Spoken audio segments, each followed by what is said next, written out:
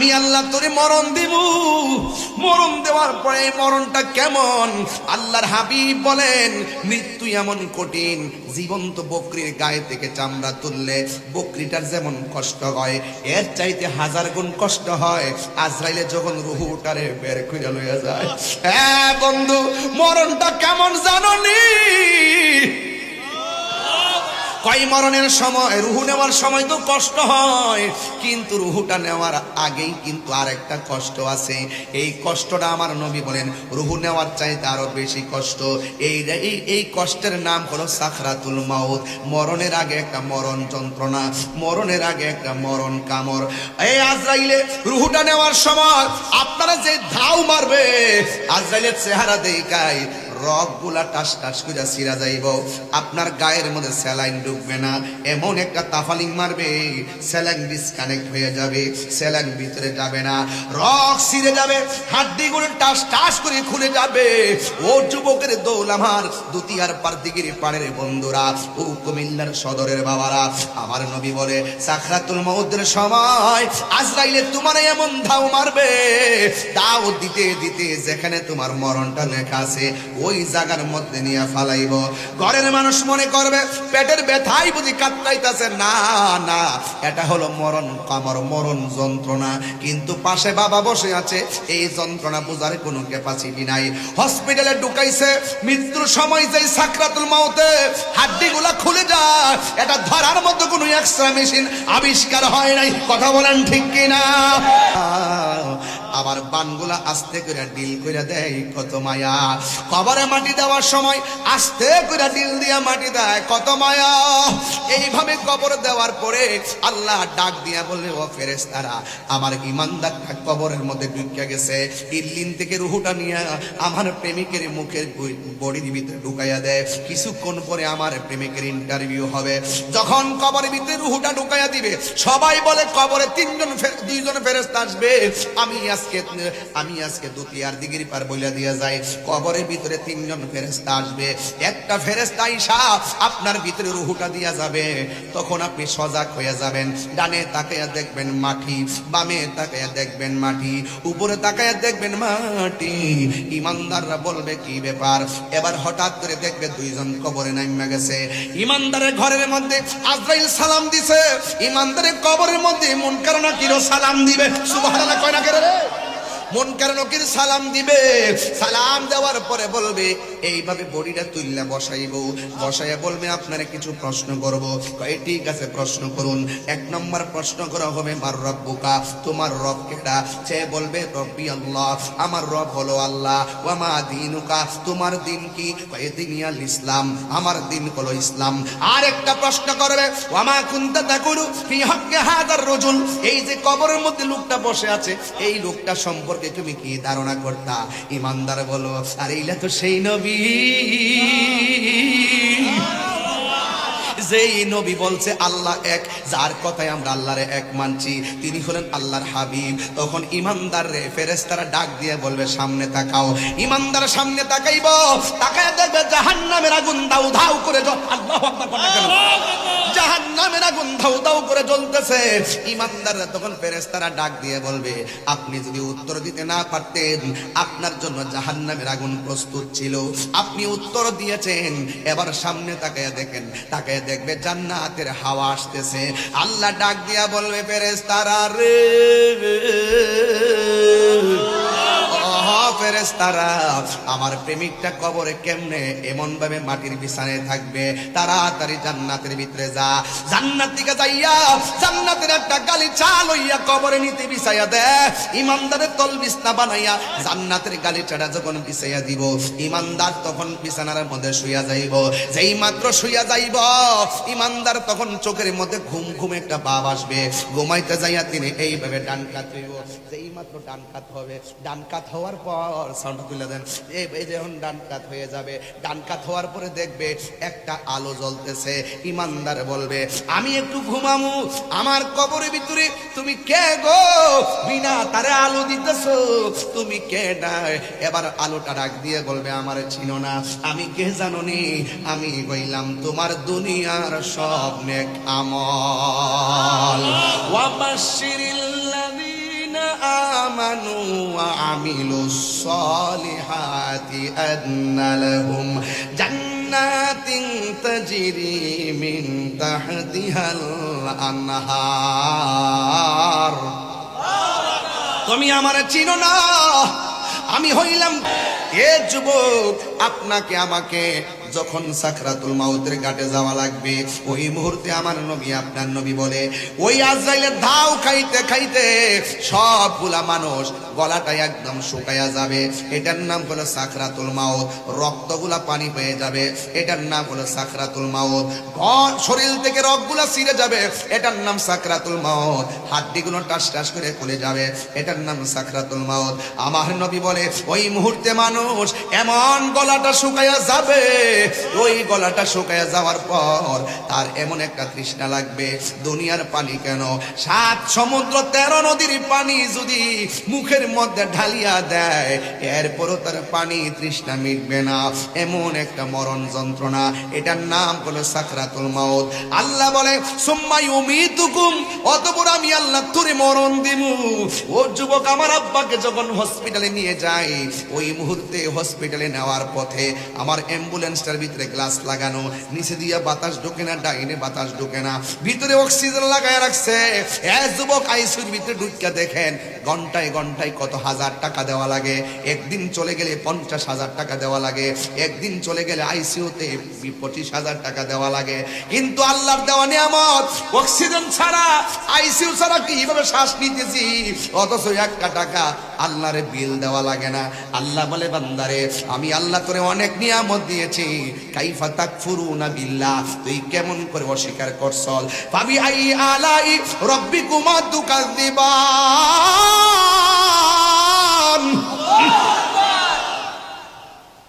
ও বান্দা, আমি আল্লাহর কোন কোন নিয়ামত কি তোমরা অস্বীকার করবা? ওই নদীর পাড়ের মধ্যে যায় বাতাস খাইতেছেন, 1 টাকা বিল দেওয়া লাগে না, অথচ বিদ্যুতের বিল, ফ্যান বাতাস খাইতেছেন, বিল গোনা লাগতেছে। অক্সিজেন মুখে লাগাইতেছেন, বিল গোনা লাগতেছে। আইসিইউ ঢুকাইছেন, বিল গোনা লাগতেছে।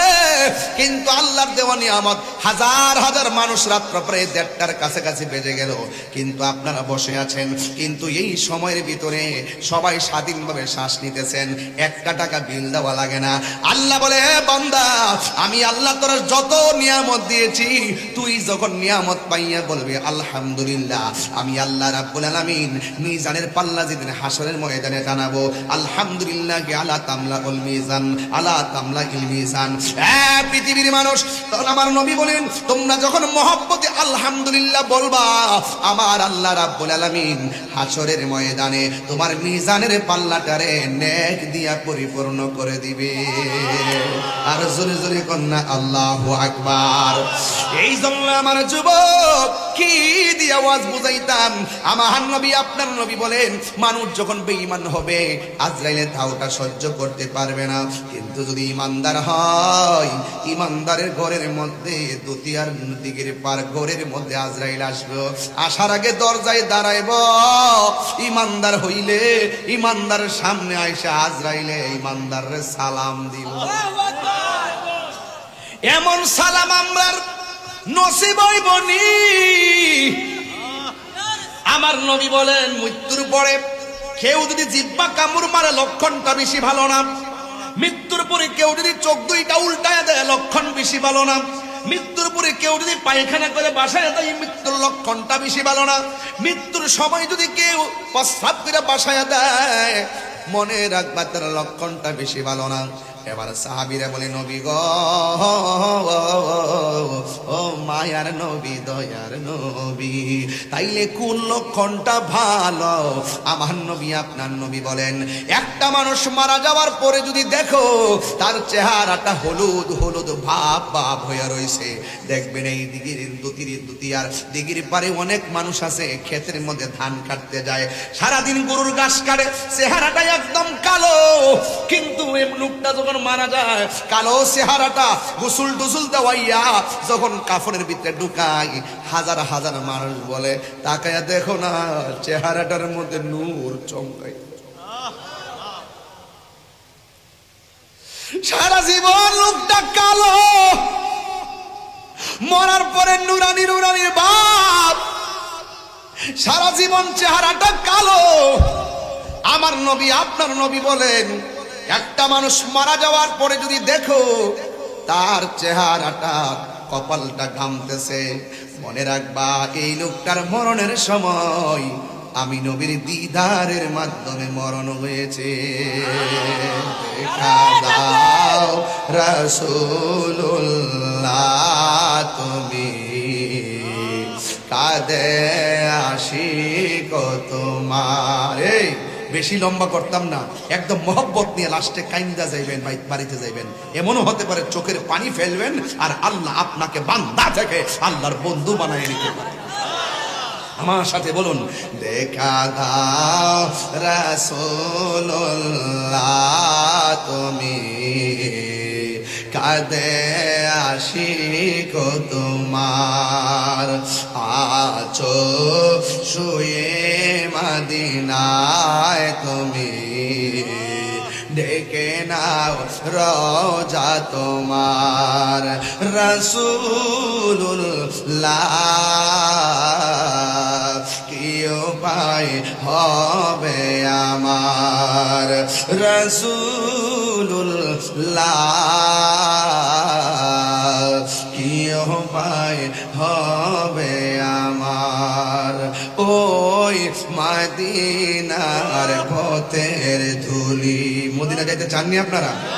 এই মদিনা যাইতে চাননি আপনারা? ওই মদিনার পথের ধুলি মাখতাম আমি পেলে সুরমা বলি। ওই মদিনার পথের ধুলি মাখতাম আমি পেলে সুরমা বলি। ফিরে পেত এ নয়ন নূরেরি আধার, ফিরে পেত এ নয়ন দার। ডেকে নাও রওজা তোমার। রাসূলুল্লাহ কি উপায় হবে আমার, রাসূলুল্লাহ কি উপায় হবে।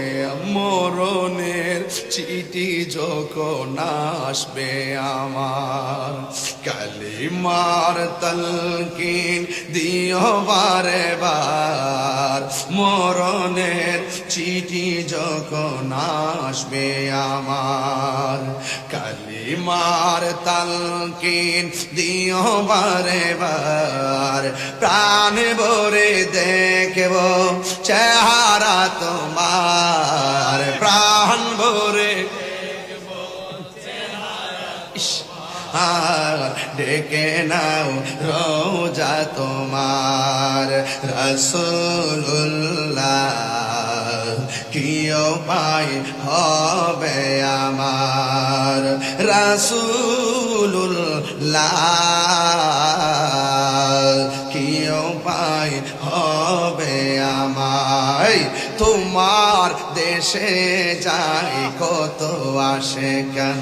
কারা কারা মদিনা যাইবেন একটু মোবাইল লাইটটা জ্বালাই দেন না, দেখি না মনের আলোটা একটু মোবাইলে জ্বালাই দেন না, একটু জ্বালায় কোন না বাজান, একটু নাড়াচাড়া দেন, হাতটা নাড়াচাড়া দেন, ঘুম থাকবে না, একটু পরে চোখের পানি হাসবে রে বাবা। এই উসিলায় কবর একটু মোবাইলে লাইটটা জ্বালাইয়া দিয়ে বলেন, তোমার দেশে যাই কত আশিকান। এই দম পড়ে আছি বাংলায় তান, তোমার দেশে যাই কত আশিকান। এই দম পড়ে আছি বাংলায় তান, যেতে পারলাম না আমি দেশেতে তোমার, যেতে পারলাম তোমার। ডেকে নাও রওজা তোমার। রাসূলুল্লাহ কি উপায় হবে আমার, রাসূলুল্লাহ কি উপায় হবে আমার। একটু লাইটটা অফ করে মনের লাইটটা জ্বালাইয়া জবানটা খুললা কোনা ইয়া রাসূলুল্লাহ, এই আওয়াজে মানি না, জোরে কোন ইয়া রাসূলুল্লাহ।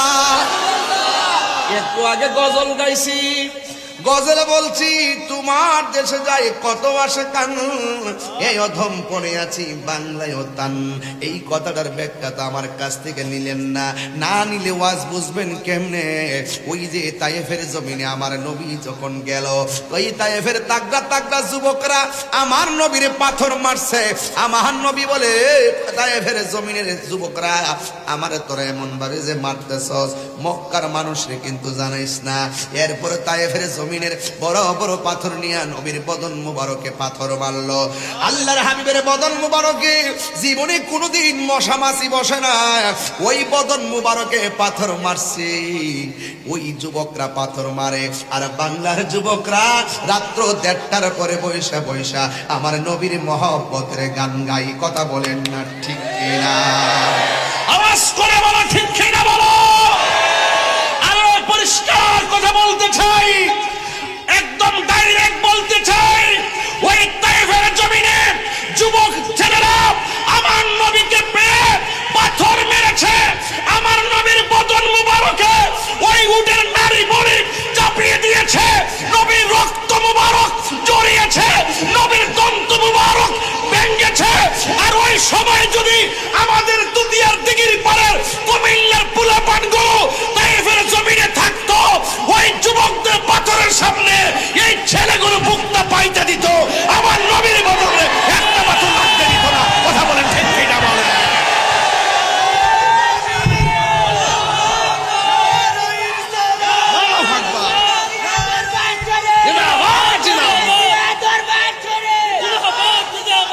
একটা পাথর লাগতে দিতাম না।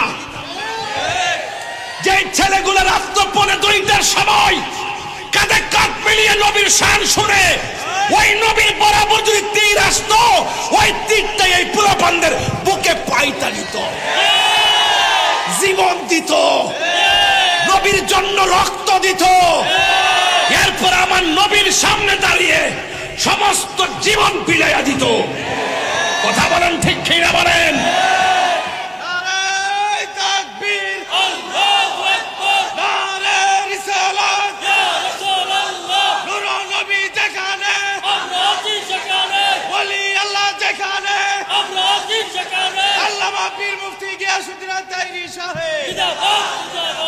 আল্লাহু আকবার, জোরে বলেন। আপনারা কি মনে এটা কি আছে তো ইনশাল্লাহ? এইরকম চিন্তা আছে তো ইনশাল্লাহ? আর না হলে রাত্রে 1:30টার সময় এভাবে বসে থাকতেন না। আমরা নবীর জন্য দেওয়া না। এই ছেলে তুমি দাঁড়াও, দাঁড়াও, ওয়াজ এখনো শুরু করি নাই, ভূমিকার মধ্যে আছি। আমি আপনাদের মন বুঝতেছি। যদি দেখি মনটা ঠিক আছে টাইম বাড়ামু, যদি দেখি ঘুম টানতাছে আস্তে করে শেষ করে দিমু। তুমি বলো, গত জুম্মা পড়ছো?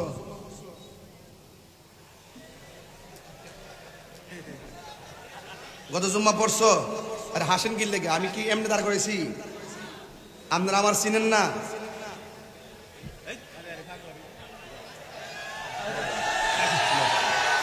আস্তে, হাজার হাজার দেশ বিদেশের মানুষ বৈশা বৈশা ওয়াজ শুনতেছে। আপনারা যত প্রেম বিলাইবেন তারা শান্তি পাবে।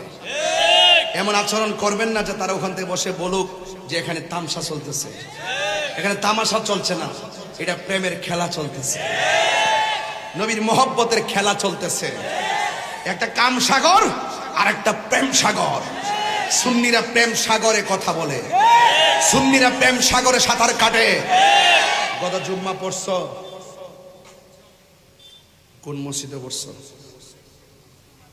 উত্তর মাঝিগাছা। নামাজ যে পড়ছো কবুল হয়েছে কিনা জানোনি? 5 ওয়াক্ত নামাজ পড়ো, মাঝে মাঝে গ্যাপ যায়। গত ঈদের নামাজ পড়ছো নি? আর কথা বলি না তো, আমার একটা উদ্দেশ্য আছে না।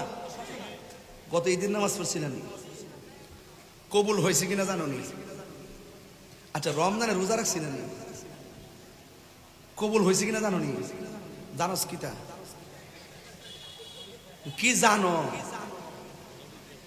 তুমি যেমন জানো না আমিও জানি না। এই আমল এবার ইমানদার বড় খুশি হয়ে গেছে। ইমানদার তখন আবার বাম কাঁধে শুইব, বাম কাঁধে শুইয়া দেখবে আরেকটা নূরের বাতি জ্বলতেছে, আরেকটা নূরের বাতি জ্বলতেছে। ইমানদারে বলবো, তুমি আমার কেন, তুমি কে গো? ওই আলোটা ডাইরেক্ট বলবে, আমরা দুনিয়ার কোনো চাঁদের আলো না, আমরা দুনিয়ার কোনো সূর্যের আলো না, আমি কেডা জানোনি, আমি হইলাম তোমার দুনিয়ার কোরআন তেলাওয়াত। দুইজন দুই দিক দিয়ে আলো দিয়ে দিব, ইমানদার কবরের মধ্যে ঘুমাইয়া যাইব। এ বন্ধু রে, ও বন্ধু, কি দিয়া ওয়াজ বুঝাইতাম, আর একটু বাংলা বুঝাইয়া দিয়া যায়। আমার নবী একদিন গুরুস্থানের মধ্যে গেছে, আমি যে একটু আগে ওয়াজ করছিলাম, ওমাইয়াস্তাবিল আহইয়া ওয়ালাল আমওয়াত, যারা জিন্দা যারা মুর্দা তারা এক না। ইন্নাল্লাহা ইউসমিউ মাইয়াশা, নিশ্চয়ই যারা ইমানদার, যারা যাকে আল্লাহ ইচ্ছা করে তাকে আমার আল্লাহ ওই কবরের আযাব দেখার ক্ষমতা দেয়। তাই তো আমার নবী, আপনার নবী রাহমাতুল লিল আলামিন একটা গুরুস্থানের মধ্যে গেছে, গুরুস্থানের মধ্যে যাইয়া আমার নবী তাকায়া দেখতেছে, গুরুস্থানের যে কবরের দিকে তাকায় আমার নবী শুধুমাত্র মুস্কি হাসি দেয়। সাহাবীরা, আল্লাহু আকবার, জোরে হবে, সাহাবীরা ডাক দিয়া বলে, ইয়া রাসূলুল্লাহ, নবী গো,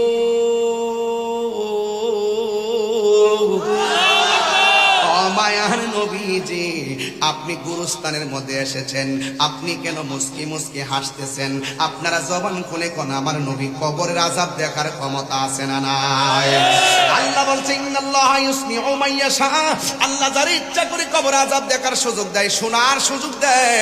আমার নবী, আপনার নবী সাহাবায়ে কেরামকে ডাক দিয়া বলে, ও সাহাবায়ে কেরাম, আমি যেই গুরুস্থানের মধ্যে এসেছি, আমি তাকায়া দেখতেছি ওই গুরুস্থানের প্রত্যেকটা মানুষ জান্নাতের গালিচার মধ্যে ঘুমাইতেছে।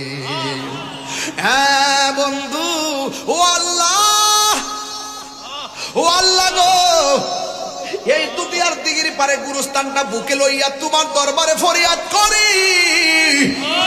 এই গুরুস্থানে অনেকের দাদা শুয়া রইছে, এই গুরুস্থানে অনেকের দাদি শুয়া রইছে, এই গুরুস্থানে অনেকের নানা শুয়া রইছে, এই গুরুস্থানে অনেকের মা বাপ শুয়া রইছে।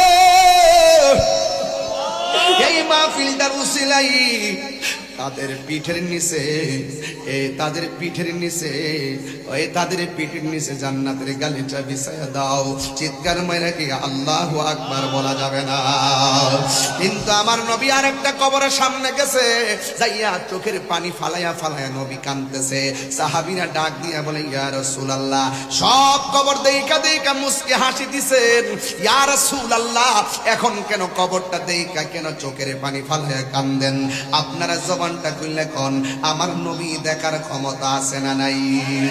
আমার নবী বলে, ফেরেশতারা রে, তাড়াতাড়ি বাজারে যা, বাজারে যাই একটা এলান করে দে, ওই বাজারের ভিতরে মানুষদেরকে যায় বলবা, এই গুরুস্থানের ভিতরে কে কে লাশ দাফন করেছে, আপন জনরা যেন তাদের কবরের বরাবর দাঁড়ায় যায়। এবার যখন সাহাবীরা ঘোষণা করলো, সব মানুষ গুরুস্থানে আইসা যার যার আপন জনদের কবরের বরাবর দাঁড়ায় গেছে, আর সাহাবীরা অপেক্ষা করতেছে ওই কবরের কাছে কে আসে, যে এই কবরের কাছে আমার নবী চোখের পানি ফালায়া কাঁদছেন।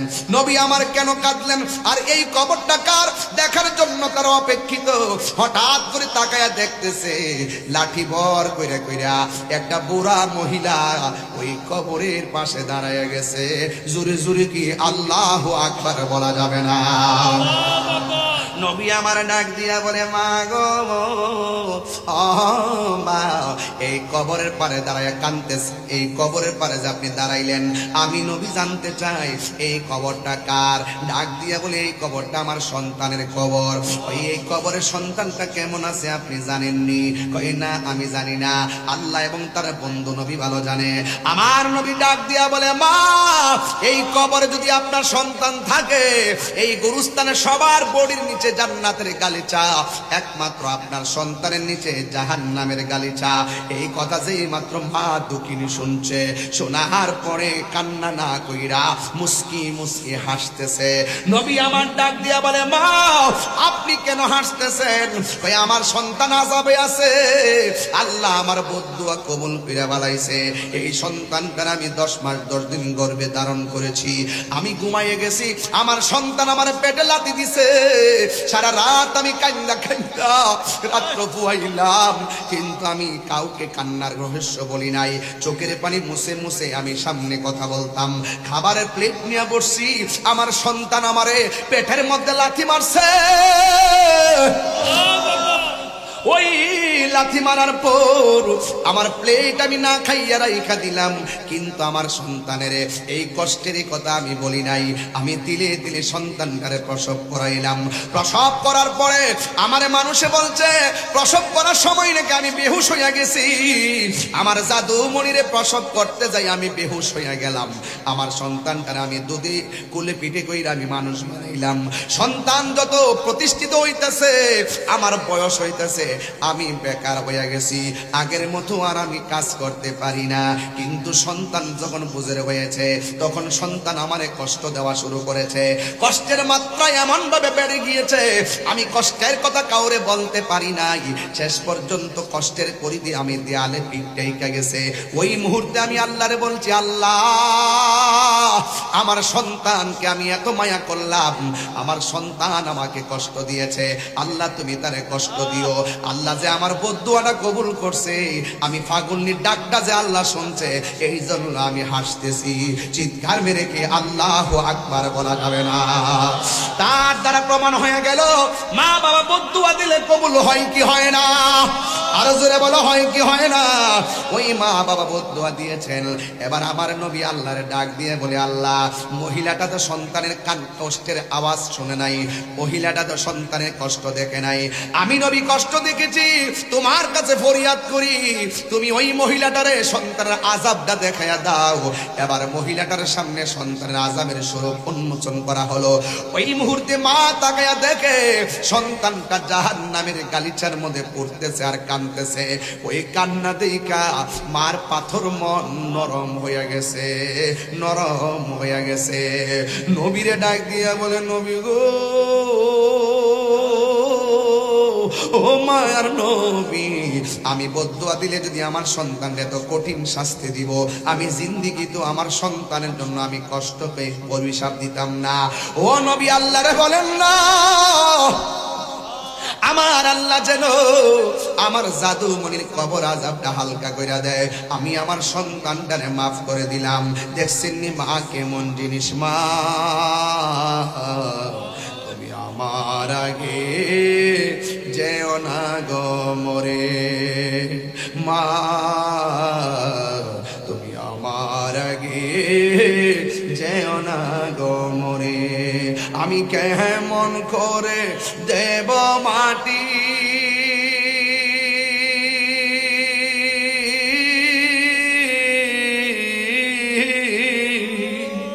আমি কেমন করে দেব মাটি তোমারি কবরে, মা তুমি আমার আগে যেও না গো মরে, মা তুমি আমার আগে যেও না গো মরে।